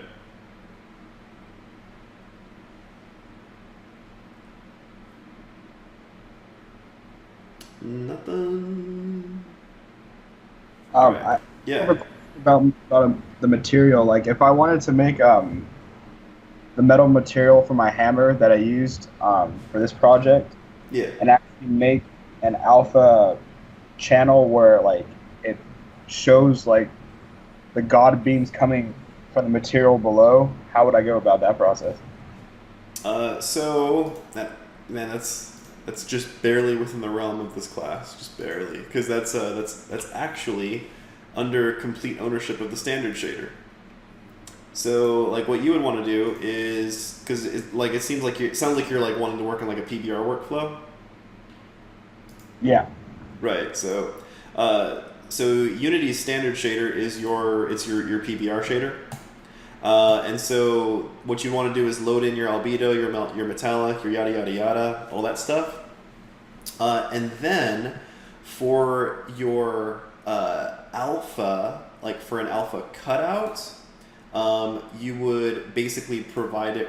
So you can go in here into like a cutout mode where you can carve out. So this is if you have an opaque mesh, but you want to have transparent areas of it. You might want to go with a cutout where it'll basically literally just cut chunks of it out that have transparency based on, and you can actually tell it where you want how far you want it to handle your alpha cutoff right here. If you want parts of it to be like a translucent, so like with like glass and things like that, you might want it to switch over to using the transparent rendering mode. So fiddle around with these rendering modes. And then if you wanted to do that whole God beam thing that you were talking about, that's where you'd want to apply an emissive map. So you would enable emission, drag in your emissive map here, and then you can actually choose what your emissive color is, and then boost the hell out of it if you wanted to. Would that still work if I want to use the shader we built in Shader Forge? No. Okay. Yeah, but if you wanted to, what you could do is you could go into Shader Forge, new shader, and then you can start with a lit PBR shader. And so you can see here that it says lit PBR set up to match Unity's physically based shader. So if you wanted to, you could go and create one of these dudes, and then it would give you the starting point of what that shader would look like. But it's a little bit more gnarly than the stuff we've been working in. But fiddle around with the standard shader. You might be impressed with how far you'll be able to push your results, especially if you're just trying to make glowy bits. The emission map will handle that quite well. Cool, thanks. Yeah. Anyone else?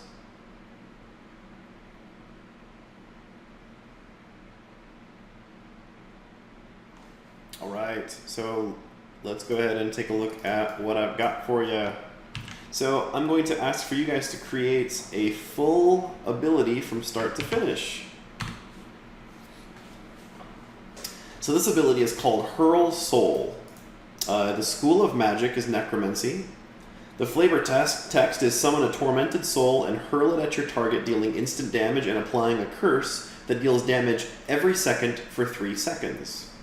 Your game type is going to be MMORPG/MOBA, and that's ultimately going to determine what your optimal viewing angle might end up being. And for your deliverables on this, I'm going to be asking for more things than I've ever asked for, and of greater variation. So there's going to be the casting, which is going to be the player in this case, drawing in all of this power, pulling souls out of the ground, whatever you think the casting for this ability should look like. It's going to be the actual projectile itself, so this is the hurled soul.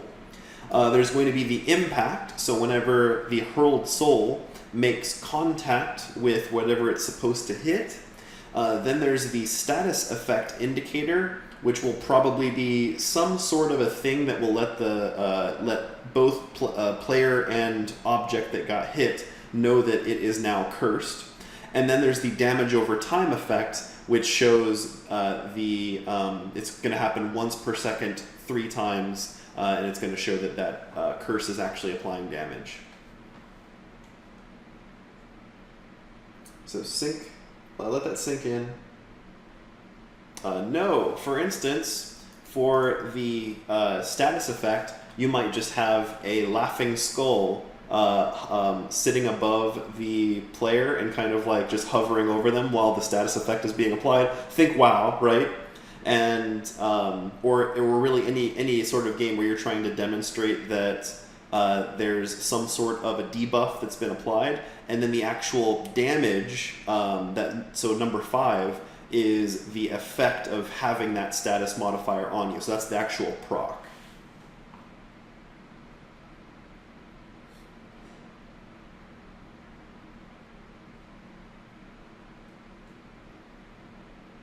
So here's what I don't want you to do. I don't want you to think about that whole story I just told you.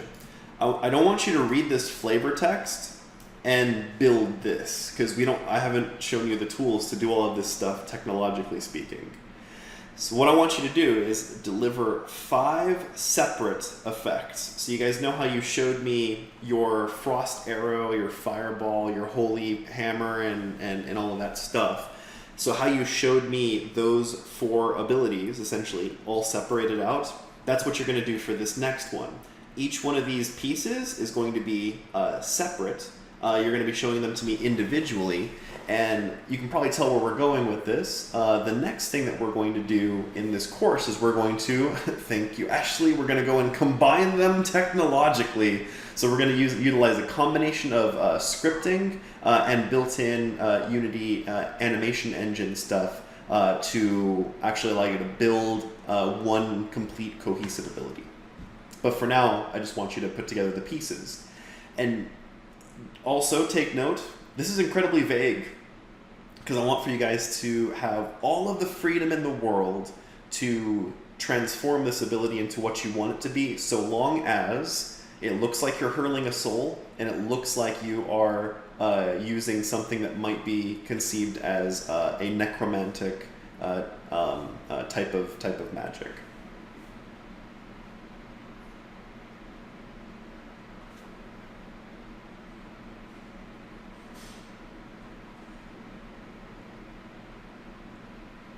What questions do you have?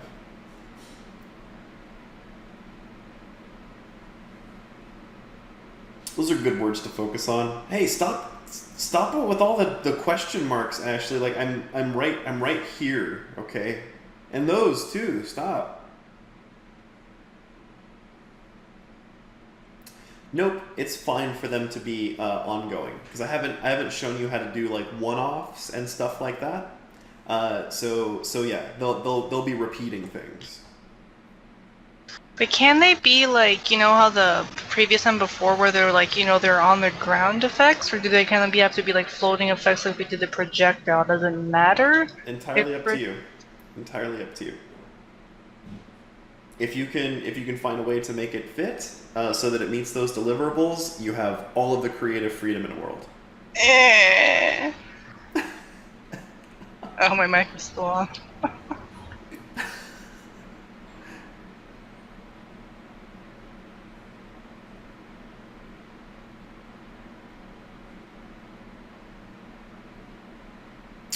No, in fact, they should probably be definite. Yeah, they should definitely not all be projectiles. Like only one of them actually should.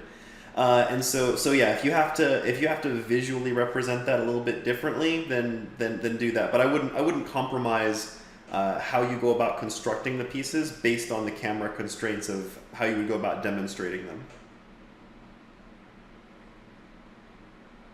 Yeah, which is true. So what you may have to end up doing is just when you want to be working on your projectile part, you may just have to have a camera that you specifically.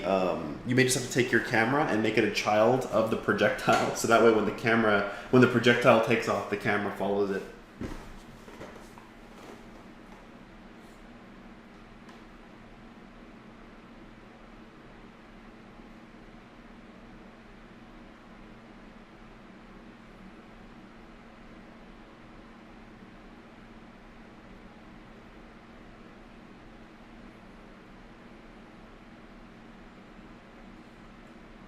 It's fine for it to be stationary if that's how you want to go about constructing it. For some of you, maybe you'll build it so that it is meant to move, and some of you, maybe you'll build it so that it's stationary.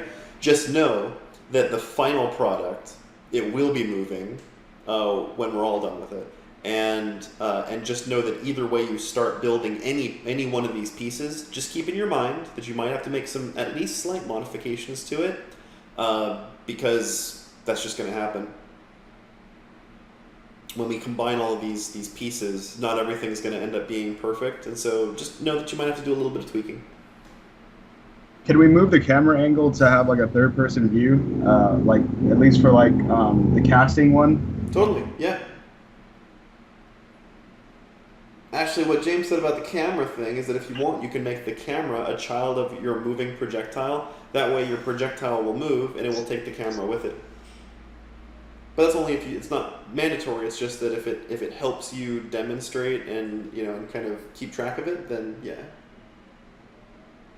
What about the previous effects? The effects that are still, then no, you wouldn't need that.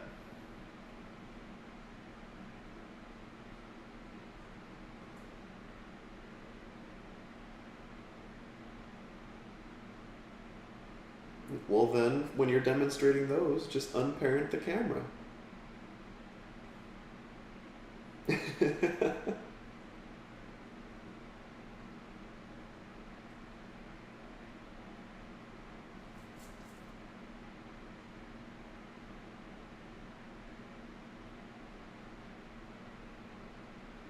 No, I mean, I definitely. So here's what I care about is that on this particular assignment, it's ultimately going to be a two-parter, right? And so phase 1 is going to be building the pieces, and then phase 2 is going to be putting them all together. And so at the end of phase 1, what I expect is sort of like a prototype.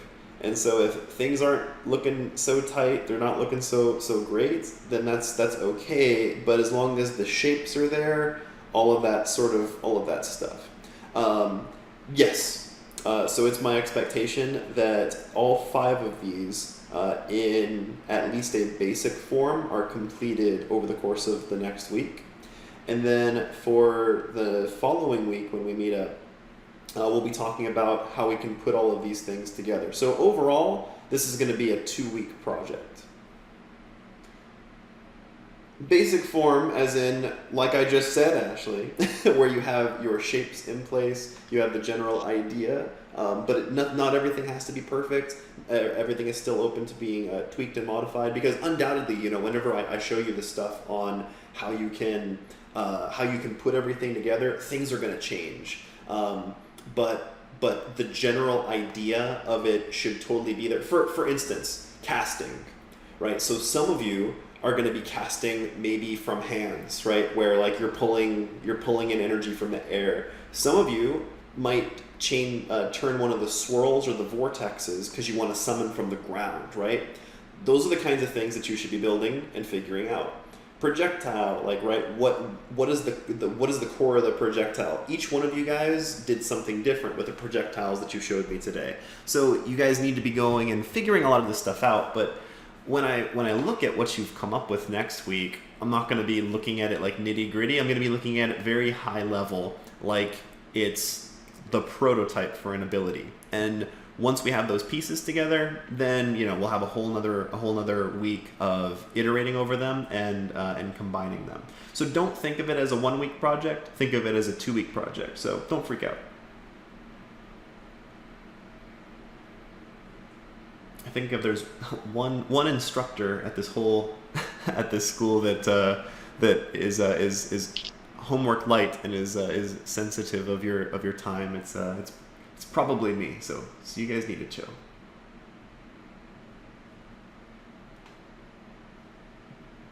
But what if we're to chill? Other questions? Have fun with this, you guys. It's a Halloween project. Could I ask you a question on how to do an effect that was shown, like one of our fellow classmates did for one of their projects that I want to implement in mine? Ooh, who is it? Ashley's one, I think, or the swirl whenever I think it was the Holy Hammer one, where the hammer was moving forward and the circles were like fading, but they were like that, like. Oh yeah, so. How do you do that?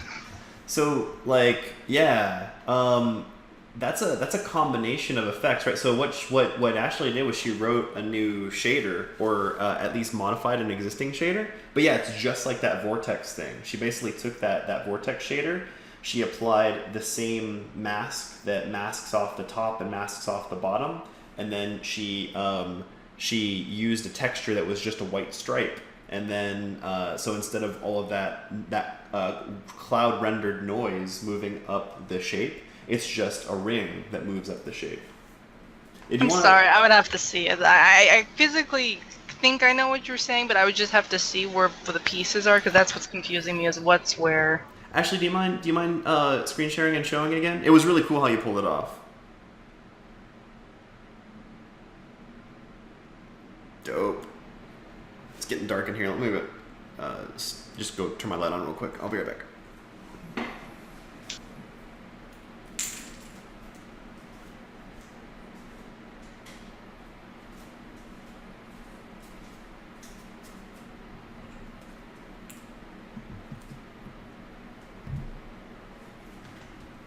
Yeah, would you mind a screen sharing too, Ashley, just to kind of like show the pieces?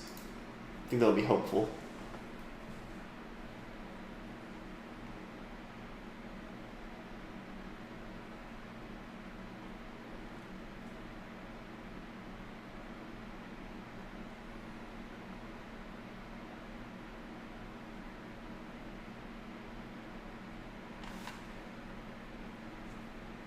Can you see everything? Yeah. Alright. So here's my texture, the slash, and this is my shader, which I'm gonna open. It's basically the same thing. You just throw in the texture right here, and the gradient over here. Well, actually, I wasn't entirely sure where the gradient was supposed to go, because I was just like... You did it right, yeah. Fumbling around, but I just threw it in multiply, because that makes sense. So that's basically it. This is like, the UV coordinate thing is the one that makes it move, and then the time thing is the one that, like, well, fucking time. Mm-hmm. And is that on just on a simple cylinder shape? Yeah, it's the same cylinder shape I'm using for the ice arrow, the thing that we practically did in class, Yeah, the tube.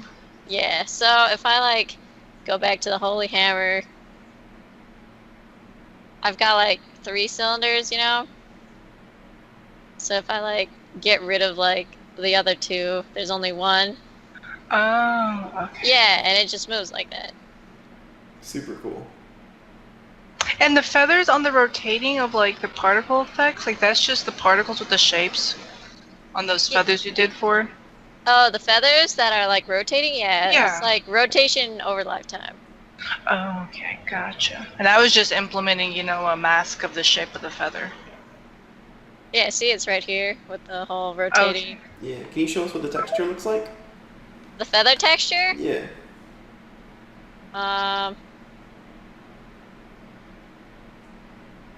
Here. This is what the feather texture looks like. Dope. Cool. Did you want it? I can, send it over. Hey, I won't say no to free things. But I think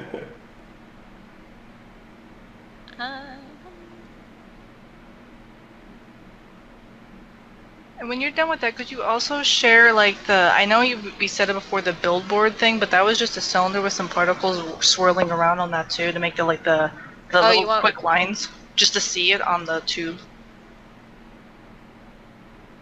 the billboard thing? You want to see the billboard thing? Yeah, I can show you that too. Yeah, because that was just a line that was like swirling in like a cylinder doing the 3 lines.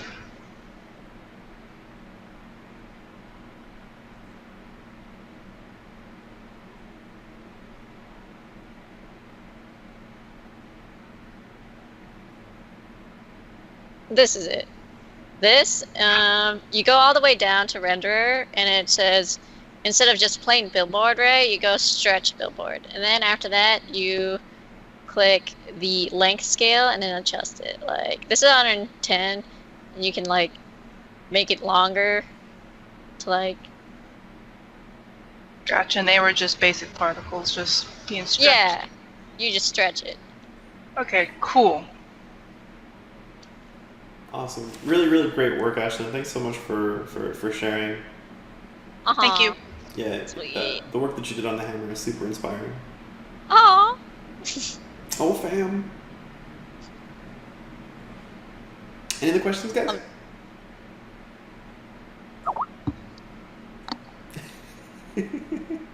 Nope. Well, cool, guys. I'll wrap up this video, and then yeah, you guys know that if you run into any issues and stuff, shoot me a message, and I always do my best to get back as soon as I can. Cool. All right. Thank you. you. Guys, have a good night. My pleasure. See you. Bye bye. Good luck on this assignment. Night. Laters, guys. Bye bye.